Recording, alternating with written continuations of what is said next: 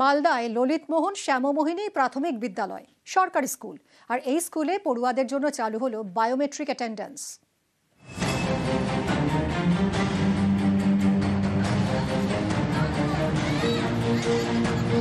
সরকারি স্কুলে প্রযুক্তির ছোঁয়া, পড়ুয়াদের হাতে ডিজিটাল পরিচয়পত্র। এবার কার্ড স্ক্যান করে অ্যাটেন্ডেন্স শুরু।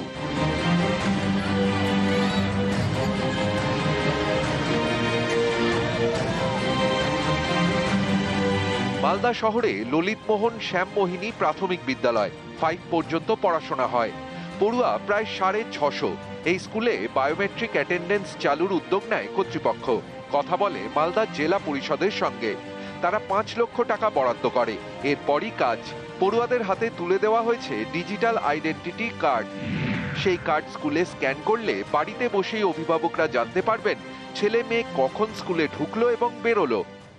অভিভাবকদের একটা উদ্বেগ তৈরি হয় যে তার বাচ্চা স্কুলে সঠিক সময়ে পৌঁছলো কিনা, তার বাচ্চা স্কুল থেকে গেল কিনা। তারা কিন্তু পরিষ্কারভাবে তারা জানতে পারবেন যখন একটা বাচ্চা ঢুকছে মেসেজ যাবে সেখানে যে তার বাচ্চা ঢুকলো, এবং বেরোনোর সময়ও গার্জেনদের মোবাইলে মেসেজ যাবে যে তার বাচ্চা বেরিয়ে গেল।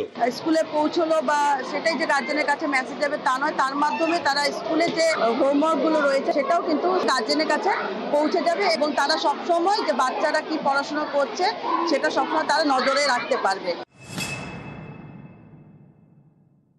আই কার্ড নিয়ে ঢুকবে বাচ্চারা, তখন আমাদের কাছে মেসেজ যাবে। মেসেজটা দেখে বুঝতে পারবো যে আমাদের বাচ্চারা স্কুলে প্রবেশ করেছে। খুব ভালো লাগলো। স্কুলে চালু হয়েছে বায়োমেট্রিক হাজিরা।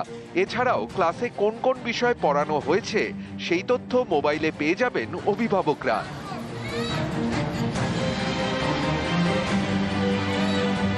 মালদা থেকে ক্যামেরায় লিপেশ লালার সঙ্গে সেবক দেব শর্মা, নিউজ 18 বাংলা।